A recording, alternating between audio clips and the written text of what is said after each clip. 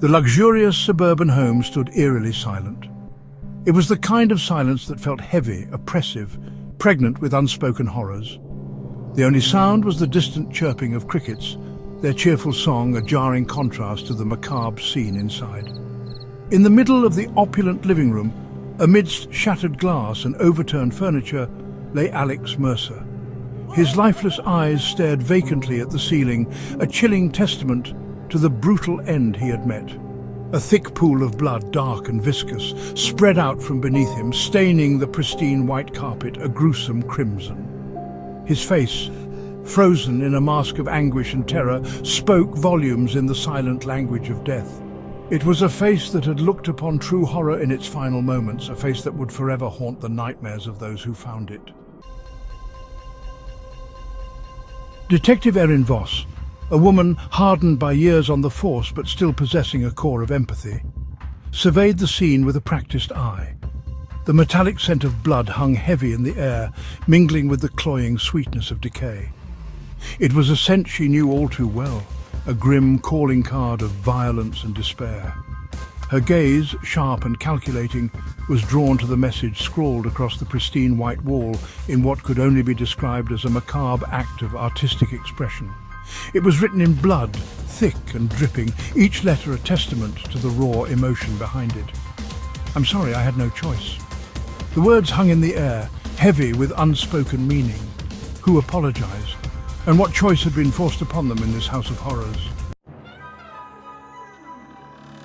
The house whispered of a family that had vanished.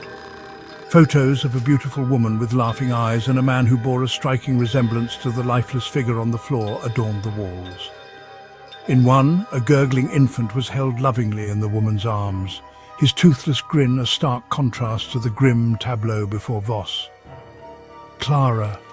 That was her name, Voss recalled, reading it off a piece of mail lying on a side table. Wife to the deceased, mother to a child who was now missing. Where were they? Had they met the same gruesome fate as Alex? Voss noticed a glint of gold beneath the overturned coffee table. It was a man's wedding band, simple and elegant, now smeared with blood. The sight sent a chill down her spine. This wasn't just a murder scene. It was a puzzle box of despair, and she was just beginning to pry open its secrets. Scattered across the floor, like fallen leaves from a macabre tree, were Polaroids. Each one depicted Clara, her once vibrant eyes now wide with terror, in various locations around the city. A deserted alleyway, a shadowy park, a dilapidated warehouse. Each photo was more unsettling than the last, each one a breadcrumb leading Voss deeper into the mystery. As she picked up the final Polaroid, a chill ran down her spine. This one was different. It wasn't a photo of Clara, but a message scrawled in what appeared to be charcoal on a piece of plywood. The handwriting was frantic, desperate, as if written in the throes of panic. It began with fire.